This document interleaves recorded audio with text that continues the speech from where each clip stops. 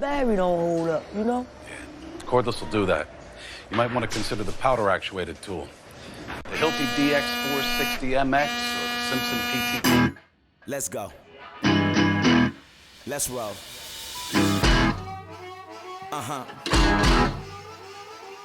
Is you ready?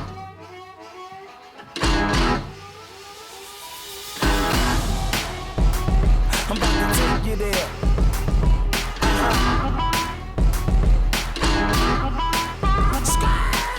We are currently parked on the roof of the Bellagio, which probably means we are vlogging at the Bellagio again. Seems that the powers that be at MGM, shout out to Sean McCormick, have seen the error of their ways, have allowed vloggers to once again perform their craft at their establishment. So here we are. That's it. That's the entire opening. Let's just get to it. I'm lightning like Steve McQueen. I'm in the fast lane when the light turns green. And I built tough, I ain't nothing but grit. Cause I made rugged blood, sweat, and spit. Yeah, like a horse I fly. Better brace yourself in for a bumpy ride. I like to play hard, but I work harder. And I weather the storm cause I'm built stronger. The Bellagio. Welcome back. It's been a minute since I churned out a vlog from the Bellagio, but after being granted approval to vlog there again, I returned for a quick recorded session. I called in 2 hours prior, so when I arrived, I didn't have much more than a 10-minute wait to get a seat. Good start. I hit my box, get some money, buy some chips, and begin to settle into this session. Honestly, I wasn't a huge fan of the seat, nor vlogging angle, so when a seat opened at the other end of the table about 2 hands after I arrived, I slid over to that one. Immediately after changing seats, as in the very next dealt hand, the player that took my now empty 3 seat picks up pocket kings and wins a medium-sized pot. It doesn't seem fair. Brad Wilson of the Chasing Poker Greatness podcast, which is a great poker podcast if you haven't heard it, is sitting to my direct left and agrees with me. It's not fair. I move back to that seat. I think there should be some like revenue sharing or something. Yeah, like, the next 5 hands. right, yeah, for the next 5 hands. It doesn't take long until I find a playable hand of my own. Under the Gun has opened to $30, and I flat from the cutoff with pocket 6s. I'm not normally flatting here very much, but this table doesn't look to be the type to be overly squeezy, and I may get some extra leeway in these marginal spots. The button, small blind, and big blind all call. See? Not squeezy. Most of the table heads to a flop of ace, 4, jack with 2 spades. Both blinds check, and the under the gun player continues for $60. I don't see myself making a legitimate hand on this flop, and versus half the table, I don't see a path to victory. Easy fold, and the rest of the table follows my lead. We have officially shaken off the Bellagio dust. Now it's time to play. In the next hand dealt, the under the gun player opens to $40. 4 big blinds, which is a slightly larger than normal open. Looking down at 2 black queens, I therefore make a slightly larger than normal 3-bet by making it $120. If he wants to play a big pot out of position, I'm game. He flats my 3-bet and just he and I are off to a flop. 9 ace queen with 2 hearts. Good seat change, Jamin. Our villain checks and we continue for $80, praying that his under the gun open and flatted 3-bet range consists of a lot of ace X type hands. He calls, so we might be in luck. The turn ace of spades is a dream. He checks again, and this time we size up, targeting that same range with our full house and setting up an easy river shove. $300. He wastes no time in calling. I hate the river 4 hearts. Not because I think he has ace 4, but because I think the flush might allow him to fold his trips. He checks again, and I shove all in for my remaining $865 with him covering me. All in. All in. He tanks.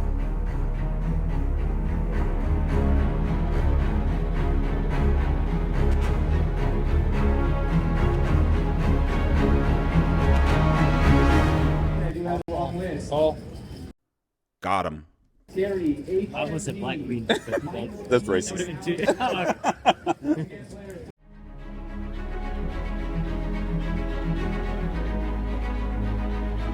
About 30 minutes later, the under-the-gun player opens to $30 and the hijack calls. And I decide to squeeze from the small blind with ace-10 of diamonds. This is a dangerous squeeze versus an under-the-gun open, but sometimes you just go for it. I make it 150, and although this dissuades the hijack, the under-the-gun opener decides to come along. I can be in big trouble here. I feel a whole hell of a lot better when I see a flop of 6, 7, 8 with 2 diamonds. Flush draw, straight draw, and 2 overs? Oh yeah, we're going to war here. I continue for $100 and surprisingly get raised to $320. The under-the-gun player hasn't shown himself to be one of those wildly aggressive types. He has something here, and probably something big. We call the additional $220. The 3 of clubs on the turn is a complete blank, and I check. I'm hoping he will check it back, but in my heart, I know he won't. He doesn't. He slides $500 into the middle. I question how much remaining he has because all of his chips weren't visible. You have about 5 back? More? 6? What is it? It's a little less than $1,000. I call the $500 and make both my straight and my flush on the river when the 9 of diamonds peels off. Checking here will most likely cause my opponent to check back even some of his stronger holdings, so I lead. I'm all in. I move all in, covering him, and get called pretty quickly. I table the nuts and win another sizable pot. Things are going my way this session. I was born to run. I was built to last. I was made for speed. Cause I was born fast. Born to run. Born to ride. Keep on flying till my hands are... Hey, Ewan's here. I played on the last season of Solverwise Poker Out Loud, right? And you and the big guy standing there in the white t-shirt was on my left. Oh, look at that. We got Spraggy opening here to a standard size. Us in the hijacked. I can go a bunch of ways with this. I am just going to go with a standard 3-bet. Re-raise to 100. Our hand makes for a semi-nice 4-bet bluff here. A hand like King-Queen suited, I would always 4-bet bluff with, and then preferring that over Ace-Queen off, I think. Although we are a bit shorter. And then Ace-Queen suited is really nice, Ace-Jack suited is really nice. King-Jack suited is kind of a little bit too weak, but it's really on the borderline. So I'm going to do it 25% of the time and fold the other 75% of the time. And I'm going to do it this time. So we're going to be going really small in position. We're going to go like 2.25x. Re-raise to 225. It's actually quite a 225. funny dynamic in that sense that I feel like Jabin hasn't been playing too many hands and maybe wants to play some hands. I think Ewan's quite aware that Jabin might be stepping out of line, so I think there's a reasonable chance that Ewan is light on the button. There's a very reasonable chance that Jabin is light. That said, we still have to consider the fact that they could both have hands. I might have 4-bet Jabin here. I certainly wouldn't have folded. But I think, even though I'm certainly a little suspicious about this dynamic, I will fold this time. Fold. Interesting here from the button. It's nice having ace high blocking some other aces, but he can still be doing this with obviously queens, kings, and then there's like king queen, king jack suited. He can also just be playing back at me because I haven't played many hands. This hand in particular is a clear fold, but I don't feel like folding. and we're just going to take this to the streets. We're going to see if we can flop something good. A few hands later, I put the straddle on to $20, look down at ace-queen offsuit, and action folds around to the big blind. The big blind seemed new to the game. Not just new to the table, but new to poker in general. His demeanor and especially his betting motions were all just kind of wacky. He raises to $60. Then I do something that is weird myself. I misclick. Or maybe I just misread the situation. Either or. In my head, I was thinking he 3-bet and thus I was 4-betting and I made it $130. In reality, he just opened and I was the 3-better and should be making it like $200. Either way, a mistake was made. Now the big blind goes into the tank, and this is where it gets a bit stranger. He tanks for 40 seconds, which is an insane amount of time to tank on a pre-flop decision. Besides maybe randomizing this or that, pre-flop decisions are kind of rote by most players, almost scripted. A player tanking this long pre-flop is a gigantic tell. He makes it $390 and I can't fold fast enough. I haven't live misclicked in a while. You fell? Huh? You fell? No, I opened to the wrong, I 3-bet to the wrong size, and then at that point I was just kind of like, fuck. Do you have kings? No. No? Tens. Huh? Tens. Oh, all right. Ace queen off. Oh, Yeah. Ace queen off. I was just like, I messed up the size, and I was just like, So yeah, I'm running good, but honestly, the guy on my right was running even better. It was kind of unbelievable. He sits down, wins a big pot with aces, 3-bet squeezes with 8s, flops a set, and wins another massive one. 4-bets pocket 10s from the big blind, 400 big blinds deep, and gets away with it. Basically, any chip he put into the pot, he was getting 5x return on. He played for about an hour, was up infinite, and then just left. Meanwhile, I opened to $50 with 8s, get called by the button, and the straddle. I catch the king, jack, deuce with 2 diamonds flop, and both myself and the straddlers fold when the button continues for $80. I guess I'm not good with pocket 8s. In the hand immediately following those pocket 8s, I look down at a disaster of a hand. The hand that has ruined more poker careers than anything else in the history of things. Ace-king offsuit. Not to be confused with ace-king suited, which is the nuts. We open to $30 and a veritable parade of calls begins. The cutoff, button, and small blind all flap my open. The big blind has other plans though and puts in some sort of raise-squeeze hybrid thing. Whatever it's supposed to be, the sizing is way off, as in way too small. He makes it $120. Action returns to me. We have to clean up the field a bit. Too many hangers on. 4-bet incoming. We make it $350 and everyone finds folds except the big blind. He calls the additional $230 and now we're heads up. Much better. We are both pretty deep, so I don't really expect this pop to balloon out of control unless we both smack this board really hard. When the 6-4 deuce with 2 diamonds board appears, my first thought is this flop sucks. This isn't going to be a big pot. And I was right. The flop checks through. The turn also checks through when the 5 of spades appears, and the river 4 of hearts doesn't inspire action either. 2 more checks. The dealer then says, "Show me your ace-king." Show me ace-king. And I turn my hand over, and it's deemed the victor when the big blind tables ace-7 suited.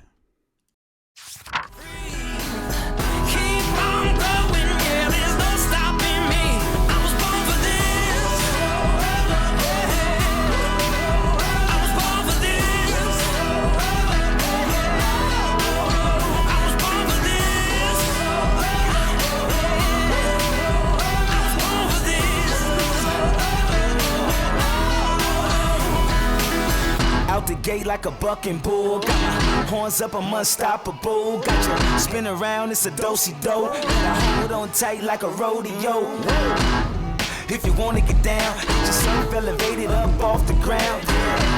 then come along with me to the nitty and the gritty of the country. I was cut from steel. I was built for grit. I was made to fly. Cause I was born for this. Yeah. Born to roll, born to ride. Keep on flying to my... As the session continued, I began feeling invincible. As you can see, all the bounces were just kind of going my way. Here, with the straddle on, the low jack opens to $50, and I step a tiny bit out of line and flat with pocket sixes from the cutoff again. It's not a horrific call. I mean, we're pretty deep, but we're out in the streets a little bit. We head to the flop heads up. 10-5-4 rainbow. In other words, absolutely nothing going on for me at all. Zero. Zilch. The preflop opener continues for $40 and I float here. Why? Well, I guess I have a backdoor straight draw and 2 outs to a set? I know. Atrocious. The 8 of spades now gives me a gut shot. However, the $150 bet by the low jack quickly brings me back to my senses. Fold. In the last hand I play in this session, I put on the $20 straddle and the small blind limps in. There's a lot of hands that I might consider raising from my position. 9-deuce offsuit isn't one of them. I check my option. The flop of Jack 8-6 rainbow sees the small blind check, and from my experience with him, he's very fit or fold. Meaning he bets when he has a hand and checks when he doesn't. I obviously don't have a hand worth much anyway, so let's just bet and see what happens. I bet $40, which is probably bigger than I needed to bet. I could have gotten the same information for half of that. He snap folds. It was nice meeting you, Mr. Wilson. I'll subscribe to your vlog. I can't promise I'll watch. Fair enough. I love the honesty. Hands touch the sky. Born to be wild and free. Keep on going, yeah, there's no stopping me. I was born for this. I was born for this. So we put together a quick 3.5-4 hour session here at the Bellagio that went very well. Noticed that my buddies Rampage and Mariano over at the Encore. So we're going to try to head over there, catch up with them, jump into a game because it's only like 5-6 o'clock. The problem is, word on the street is that the strip is closed for the Golden Knights hockey parade. I guess the Golden Knights won some hockey games or something. So we might be stuck here at the Bellagio. We might literally not be able to get our car out of the parking garage. If so, I guess we'll be hoofing it to the Encore. We don't want to do that though. So let's hope we can get our car out of the parking garage, onto the strip, and down the street. Wish me luck. Touch the sky. Born to be wild and free. Keep on going, yeah, there's no stopping me. I was born for this. I was born for this.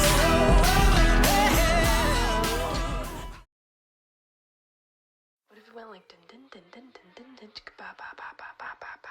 That Golden Knights parade made getting from the Bellagio to the Encore a harrowing experience. You've seen none of, because over that hour I've played exactly one hand. 24 years old, don't know how to be alone. I've lost all control, forgotten how to handle myself. So I got up way too early. I stayed up last night way too late. And forgive the mess. I'm in the middle of moving. But you know what? We'll talk about the move Everyone makes mistakes. Really, it's okay. Sure, I know that, Doc, but those people don't have YouTube channels.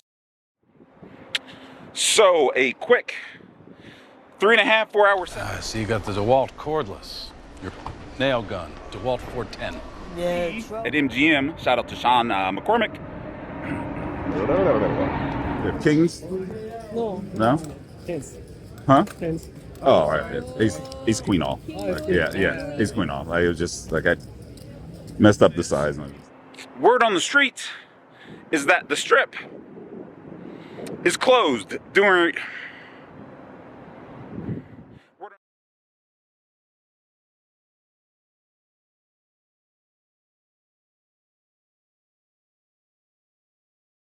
We're just going to be default checking here a lot. Check. Okay, so we cold 4-bet to 22.5, so that would be 45 plus the 400 pounds. So it's just under 50 big blinds in the middle. Looks like there's about 700 back, so fairly shallow SVR. We obviously flop a fairly good hand, 2 overs, and a gut shot to kind of the nuts. I mean, we would only lose to queens. This is going to be a spot where this is going to be one of our hands that wants to triple. We're going to be able to get some folds from some dominating hands if there's any like ace jack suited in there. So we're going to start by betting the flop for a quarter, which is going to be around 125. The bet's 125. Okay, so he comes with a quarter here with about a little bit more than 500 in the pot. On this board, I should technically be hitting this a little bit harder than him because, I mean, I could have flopped quads. I shouldn't have ace 10, but I could have jack 10. I could have... In other words, I should have probably more 10s than he has. He would probably come quarter with all of his overpairs, queens, kings, and with my stack size, his line is probably going to just be to keep betting. I'm trying to think here how many draws that I have in my range. And how I can win this hand. Right now I'm leaning on the fact that I have more 10s than him. Hold on, let me double check this. Do I have more 10s than he has?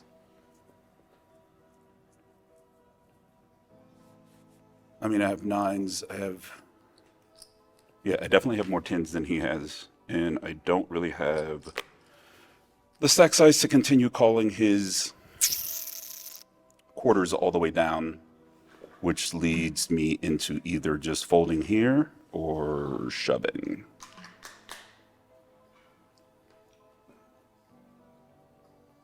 I'm going to bank on my, at least what I think is my range advantage, and we're just going to get this in.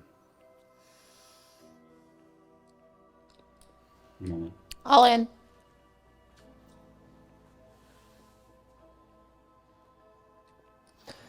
Yeah, we just have to fold. Just a day.